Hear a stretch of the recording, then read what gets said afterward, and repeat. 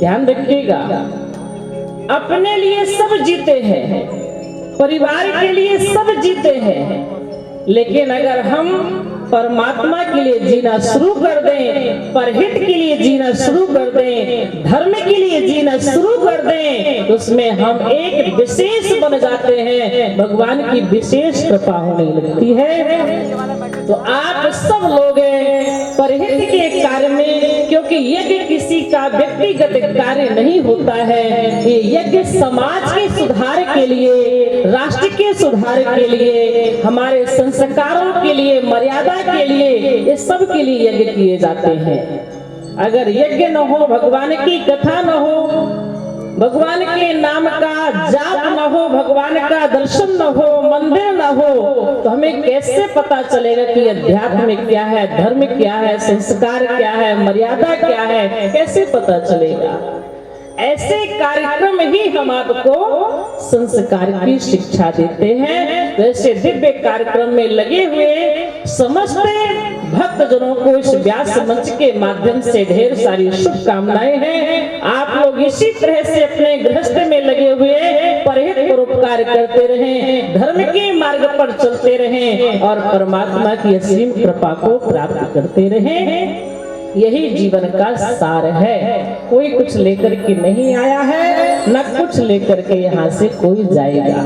हमने अच्छे कर्म किए हैं तो वो हमारे साथ में जाएंगे, और खराब कर्म किए हैं तो वो हमारे साथ में जाएंगे, है कि नहीं? आज समाज में भी देखा जाता है, अच्छा काम करते हैं तो लोग माला पहनाते हैं, फूलों की माला, जैसे आप लोगों ने हमको पहनाई।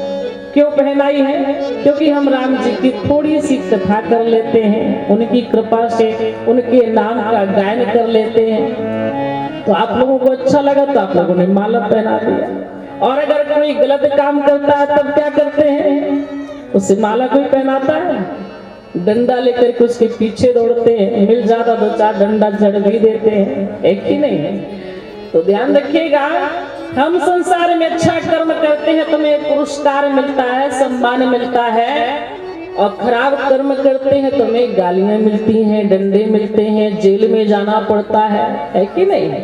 इसी तरह से जैसे संसार में नियम बनाया गया है, इसी तरह परमात्मा के दरबार में भी नियम है। अच्छे हमने कर्म किए हैं तो हमें भगवान के सानिध्य में रहने को मिलेगा, वैकुंठ में रहेंगे, स्वर्ग में रहेंगे, राम जी के पास, कृष्ण जी के पास में रहेंगे। और गलत कर्म करेंगे तब वहां कारागार में डाल देंगे, नरक में डाल देंगे। कई प्रकार के नरक होते हैं, जैसे कर्म होता है वैसे नरकों में डाल दिया जाता है। इसलिए हमें अच्छा कर्म करते रहना चाहिए।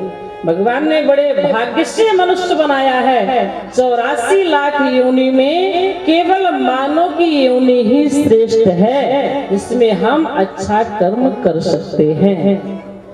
हम हंस सकते हैं, गा सकते हैं, रो सकते हैं। अब बताइए, और कोई योनि में किसी ने आप आज तक किसी पशु को हंसते हुए देखा है? कितनी भी खुशी उसके पास से हो, कभी कोई पशु हंसा है? किसी की गाय, भैंस, बकरी हंसी है? नहीं हंसी है ना। लेकिन हंसने का सौभाग्य भगवान ने किसको दिया है? मनुष्य को दिया है। अच्छा क्या है, बुरा क्या है, ये विवेक किसको मिला है? मनुष्य को मिला है। तो हमें अपनी मानवता नहीं भूलनी चाहिए, हमें अपना कर्म नहीं भूलना चाहिए। अच्छा करते रहो, परमात्मा की कृपा से सब अच्छा ही होता रहेगा। जीवन बढ़िया खुश में रहेगा, प्रसन्न में रहेगा। अच्छा करके तो देखें।